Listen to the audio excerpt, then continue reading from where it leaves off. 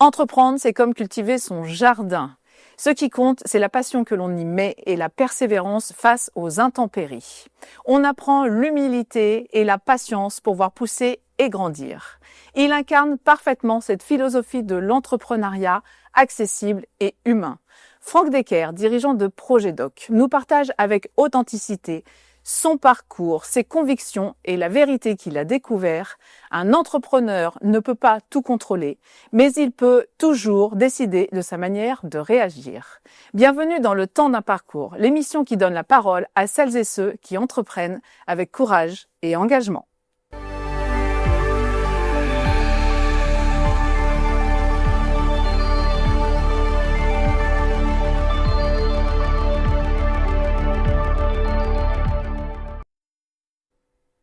Bonjour Franck. Bonjour Céline. Je suis ravie de t'accueillir sur le plateau de Le Temps d'un parcours. Tu sais, je suis très ravi aussi de te revoir également. Merci de m'accueillir en tout cas. Avec grand plaisir et je sais que tu as beaucoup de choses à nous partager aujourd'hui. Voilà.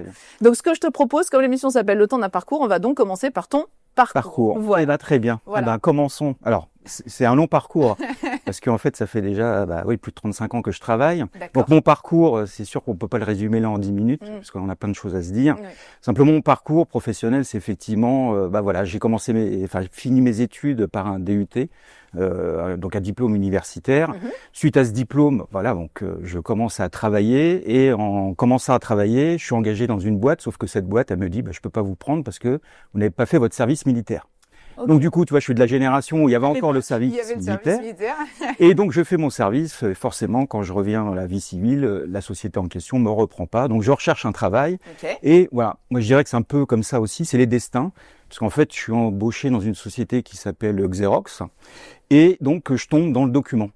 Voilà. Okay. Et ça, c'est la genèse un petit peu de mon parcours et de ce que j'ai réalisé aujourd'hui. C'est-à-dire que à chaque étape, en fait, de ma vie, j'ai commencé, on va dire, un peu petit, mais à chaque fois, en fait, à peu près tous les 3 ans, j'ai trouvé une autre alternative au niveau de mon métier. C'est-à-dire que tous les 3 ans, je changeais. Okay. Donc, chez Xerox, en fait, j'ai commencé par technicien. Donc, je dépannais des photocopieurs. Okay. Voilà, donc c'était l'époque là. Ensuite, il y a eu le photocopieur couleur qui est arrivé. Donc, je me suis dit, tiens, je vais faire du photocopieur couleur, etc. Et en fait, à chaque fois, j'ai évolué en fait chez Xerox, où après, j'ai commencé à manager des personnes et on a fait du service chez Xerox, donc dans une autre société qui était Xerox Business Service à l'époque. D'accord. Et en fait, à partir de là, j'ai vraiment commencé à manager des personnes, à être en contact avec les clients. Et comme ça s'est fait jusqu'à effectivement grossir, avoir un peu plus de portefeuille, client en tout cas en termes de manager opérationnel. D'accord, donc tu as eu une très belle évolution de carrière chez Xerox, assez rapidement. Bravo. Et là, j'étais embauché par le concurrent. Parce que le concurrent s'est dit, le service, on va faire la même chose. D'accord. Il vendait que du copieur, et là, c'était de faire du service. Donc, j'ai intégré aussi une belle entreprise qui est Ricoh. Et là, ma croissance, en fait, j'ai commencé, on devait être 5 personnes dans cette nouvelle entité de Ricoh. Et j'en suis parti, je manageais 250 personnes. Ah oui, quand même. Voilà, donc une forte croissance en à peine 5 ans. Bravo, hein. Voilà. C'est énorme. Énorme, ouais, justement. Et c'est à ce moment-là, quand même, qu'on se dit, on a la pression du manager. Et puis manager 250 personnes, c'est pas la même chose que manager 5 quand même. Ouais. Mais du coup, c'était 250 personnes. Alors j'avais bien évidemment des relais. C'était pas forcément, mais c'était gérer ces personnes-là. Et à ce moment-là, je me dis, qu'est-ce que tu peux faire? Parce que t'es salarié, etc. Je voyais le monde du document qui évoluait. Et avec les photocopieurs, en fait, tu sais, les photocopieurs, les multifonctions. Et en fait, ça fait de la photocopie, ça faisait de la télécopie à l'époque, le fax. Oui, c'est vrai. On parle d'un temps. Et, voilà, c'est ça. Et ça ça numérisait. Simplement, la fonction numérisation, c'est comme, je peux le dire aussi, un photocopieur numérise, mais c'est qu'une fonction, c'est pas un vrai scanner. Et là, je me dis, mais en fait, on fait pas de service de numérisation. Et c'est là, à l'âge de 35 ans, que je me dis, en fait, créer une boîte de service pour faire de la numérisation. Et voilà. Donc, et c'est comme ça que j'ai commencé mon parcours professionnel, en créant une société qui s'appelait Numéridoc. Ok, donc on n'est pas à ProjetDoc encore. Alors, justement, ça fait partie de mon parcours. Parce qu'à l'époque, là c'est en 2004, on n'a pas forcément Internet, on n'a pas plein de moyens qu'on a aujourd'hui pour regarder. Ouais, c'est vrai. Donc je crée une boîte qui s'appelle Numéridoc. je fais tout seul. C'est-à-dire que quand je suis parti de la société, j'ai fait tout seul. Donc, tu es passé de 250 et puis voilà.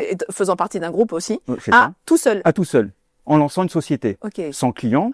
Ouais. Bon, j'avais le chômage parce que j'ai été licencié, etc. Mais enfin, je suis parti sans rien. J'ai dit, je vais créer ma société de services pour numériser. Donc, tu es vraiment parti de zéro. De rien, de rien. Pas de client, rien du tout. En fait, c'est ça. Et donc, cette boîte Numéridoc, je la crée, pas de souci. Je suis pas accompagné, hein. À la one again, comme on peut dire. Complètement. Et seulement, voilà. C'est là où je commets ma première erreur. C'est que quelques mois plus tard, je reçois un courrier qui me dit, Numéridoc existe déjà. Monsieur, interdit. Okay. Et là, je me dis, voilà, donc forcément, je suis obligé de refaire quelque chose, donc redépenser de l'argent. Comme quoi, des fois, être bien accompagné, c'est aussi hyper important, ou bien entouré. Et en fait, je crée Projet-Doc. Je regrette pas du tout aujourd'hui, parce que je pense que le nom sonne mieux, il est mieux adapté. D'ailleurs, Numéridoc, ça n'existe plus, par exemple. D'accord. Donc, comme quoi. Mais il t'avait fallu fermer cette entreprise Numéridoc ou changer le nom? Non, j'ai juste changé le nom. Mais ça veut dire refaire encore des statuts, redéposer des choses, et ça coûte de l'argent. Donc, moins que de créer, parce que tout était déjà à peu près fait, la domiciliation, etc. Mais en fait, voilà, donc, c'est ça qui est important. C'est de se dire aussi que finalement, il faut faire attention aussi quand on démarre. Donc, maintenant, je pense qu'il y a plus d'outils, mais de mieux se renseigner, c'est quand même important. Voilà. D'accord. Et Projet-Doc, a été créé. Et j'ai commencé à avoir mon premier client, qui est mon client historique, qui est en fait le CEA de Saclay. Que tu as toujours, donc? Ouais. Combien d'années après, alors? 20 ans. Ah ouais. Parce que là, l'entreprise... Client fidèle. Fidèle. En fait, c'est aussi par la qualité du travail. Évidemment. J'imagine. Oui. Parce que sinon, tu ne serais pas resté, normalement. pas resté. Mais en fait, c'est une institution quand même qui nous fait confiance, depuis 20 ans, qui renouvelle des contrats et pour lequel, en fait, c'est vrai que c'est un enjeu particulier parce que grâce à cette notoriété aussi, ça m'a permis aussi d'avoir d'autres clients. Enfin, voilà, on peut en reparler, mais le CNRS, des Veolia, des gros clients, alors des gros et des petits, mais enfin, c'est ce qui fait la vie aujourd'hui de Projet-Doc en tout cas. D'accord. Alors, comme on parle des clients, justement, de la numérisation, des documents, etc., c'est quoi exactement le métier de Projet-Doc? Alors, initialement, Projet-Doc, quand on a démarré, il y a 21 ans, bientôt, oui, c'était vraiment numérisé. C'est-à-dire que là, un exemple aussi concret, on a quand même eu les éditions Albin Michel comme client. Okay. Donc en fait, ça veut dire que de tout seul, on a numérisé à peu près 1 500 000 pages. Enfin, je sais pas si les gens se rendent compte, mais enfin, ça a été énorme. 10 mois de travail. Mais ce qui fait que là, j'ai dû embaucher. Donc c'est ça aussi, on peut pas rester tout seul. Il faut savoir aussi gérer une équipe, donc mettre en place toute l'organisation, etc. Et donc on a fait cette mise en œuvre en fait pour la numérisation pour Albin Michel. Le souci de la numérisation, donc c'était très bien d'avoir ce gros client, d'avoir aussi un contrat avec le CEA de Saclay. Le souci, c'est qu'une fois qu'on a numérisé, c'est fini. T'as pas de récurrence en fait. J'ai pas de récurrence. Et c'est là que on se pose des questions. C'est-à-dire qu'on se dit, mais comment je fais pour que mon business il fonctionne? Oui. Parce que en fait, toi, c'est toujours comme ça. Si j'ai un gros projet, il me faut du monde. Ouais. J'en ai plus. Il faut que je trouve des alternatives. Ouais, et j'en profite pour rebondir sur la récurrence. C'est vrai que la récurrence, c'est un sujet hyper important pour les entreprises parce que quand à chaque fois on doit repartir de zéro, retourner chercher des clients et en plus quand effectivement on a des gros contrats, pendant ce temps-là, toute l'équipe est monopolisée. Tout le monde, tous ceux qui produisent, mais y compris souvent le service commercial, etc. Et à chaque fois, on repart. Donc, c'est vrai que la récurrence, c'est hyper important. Donc là, mon travail, c'est vraiment la base. En fait, c'est à chaque fois, toujours essayer d'avoir un coup d'avance. Enfin, en tout cas, dans le service que je réalise aujourd'hui. Et c'est pour ça qu'on a évolué chez Projet-Doc. D'accord? Parce qu'en fait, se dire, on fait de la numérisation, c'est bien. Mais en fait, on faisait de la numérisation, on va dire, simple, il y a 20 ans. C'est-à-dire qu'on rendait de l'image, du PDF ou de l'image. Et après, on a évolué. On a commencé à faire ce qu'on appelle de l'OCR, la reconnaissance optique de caractère. C'est-à-dire que là, on pouvait rechercher dans le contenu du document. Ensuite, on s'est dit, il faut que le document, il doit être consultable, etc. Donc, on est éditeur en fait d'une solution de gestion électronique de documents. Oui, donc vous avez beaucoup évolué avec la technologie aussi qui était à votre disposition au fur et à mesure des années. Et puis de dire aussi, ça correspondait à l'évolution naturelle de ce que devient le document. Et aujourd'hui, parce que si tu me parles de Projet-Doc, c'est-à-dire que là, c'est l'évolution naturelle. Aujourd'hui, en fait, Projet-Doc encore se retransforme depuis 2 ans, puisqu'on a intégré l'intelligence artificielle au sein, en fait, du document. C'est pour ça qu'aujourd'hui, on propose, en fait, des solutions de patrimoine documentaire assisté par IA. D'accord. C'est des mots peut-être comme ça, mais l'IA, en fait, on l'utilise vraiment à une valeur d'intelligence artificielle. C'est-à-dire qu'on est focus vraiment sur le métier du client, les données du client. Alors, là où avant, on faisait que de la numérisation simple ou même avec de l'OCR, aujourd'hui, on va quasiment capturer le contenu. Et ce contenu, il va être interrogeable. On va pouvoir faire de la recherche directement questionner directement, hein, comme avec un ChatGPT, mais questionner directement le document à travers les données sources. D'accord. Et pas élargi à être pollué par le web ou quoi que ce soit. En fait, ça permet vraiment de donner encore plus de qualité et d'aller plus loin encore dans votre service. C'est top. C'est ça. Ouais. L'IA est un bonne aide. Bonne aide. Et en fait, comme beaucoup de sociétés, je pense que ça va être aussi un outil formidable à utiliser, à exploiter. Voilà. Et nous, notre expérience ou notre différenciation, en fait, ça va être ça. Ça va être le fait qu'on connaisse le document depuis 20 ans. Ouais, et que vous utilisez la technologie qui est à votre service au fur et à mesure des années. Ouais. Exactement. Ok. Voilà. Bravo. Et en fait, donc dans tout ce parcours, alors t'es entrepreneur dans l'âme parce que aujourd'hui t'as Projet-Doc, mais il me semble que t'as aussi une autre entreprise, une entreprise passion aussi. Alors t'es passionné par le document parce que finalement ça a été tout ton parcours et on sent bien quand tu en parles que t'es passionné par ça et le patrimoine qu'il y a derrière, qui est important et c'est ce qui m'avait frappé quand on en avait discuté ensemble. Et t'as une autre entreprise passion, me semble-t-il. C'est quoi? Alors c'est ça. C'est qu'en fait, alors j'ai une passion, on va pas dire pour le monde automobile, au sens large, mais en fait j'ai une passion pour Alpine. D'accord. Alors Alpine, pourquoi? Parce que ça aussi, ça fait partie quelque part du patrimoine français. Donc là, tout se rejoint. Le patrimoine documentaire, la valeur en fait au niveau de Projet-Doc de ce qu'on peut retirer du document et comment on peut valoriser l'information. Et là, effectivement, avec Alpine, c'était de dire voilà, il y a un renouveau en 2018 avec Alpine. Et finalement, la marque revenant, etc., pas encore connue ou assez reconnue en tout cas. Et là, je décide effectivement de créer une société en achetant une voiture, en créant une société plutôt, en achetant une voiture et en faisant de la location courte durée. Okay. Voilà. Donc là, je l'ai créé en 2023, donc ça va faire 2 ans maintenant. Donc maintenant, il faut être un peu plus connu pour que voilà, on puisse dire que ça sera rentable demain ou pas. Mais en tout cas, c'est vrai que j'anime plutôt là une valeur passion en tout. Voilà.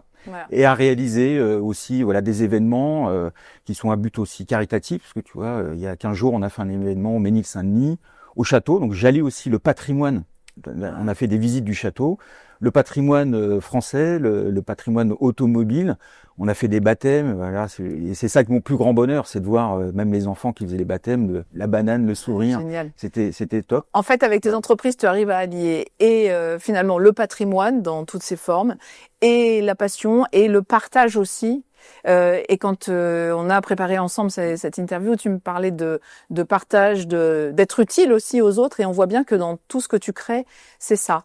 Et quand on a partagé aussi ensemble, tu me disais que dans le parcours entrepreneurial, évidemment, il y a plein d'embûches, il y a plein de choses. On le sait tous quand on est entrepreneur. Voilà. Mais tu me disais que en fait, on peut pas tout contrôler. Mais ce qui est important, c'est la manière qu'on a de réagir face aux situations qu'on vit. Exactement, parce que là-dessus, c'est vrai, tout chef d'entreprise va dire, c'est toujours un parcours d'embûches parce qu'on apprend.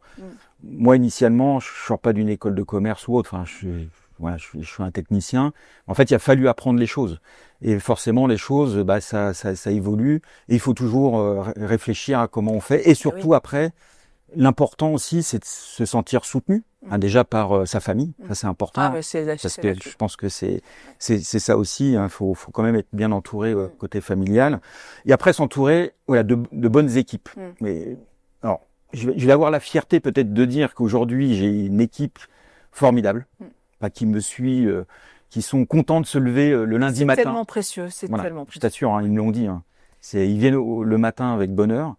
Et ensuite une équipe qui est aussi externe, c'est-à-dire que dans l'entreprise il n'y a pas forcément que des gens physiques, il y a aussi il y a des entreprises extérieures comme toi Céline aussi qui coach quand même donc qui nous accompagne. En fait c'est ça aussi que j'ai appris, c'est que quand il y a un problème il y a toujours une solution, parce que s'il n'y a pas de solution quelque part, il n'y a pas de problème. Donc, pour résoudre tout ça, c'est de se dire, voilà, on avance, on trouve, voilà, on est confronté à quelque chose. Et moi, je suis un peu né comme ça, c'est-à-dire que c'est essayer de toujours avancer pour que le projet perdure, en fait. C'est ça l'objectif. Ouais. Et effectivement, de toute façon, dans la vie d'une entreprise ou de plusieurs entreprises, en fait, on passe des crises, on passe, voilà, plein de moments difficiles. Et effectivement, c'est l'entourage plus cette capacité aussi à rebondir et à réagir différemment et aussi à apprendre. Je sais que c'est important pour toi d'apprendre, qui fait que on arrive à être là encore 20 ans après.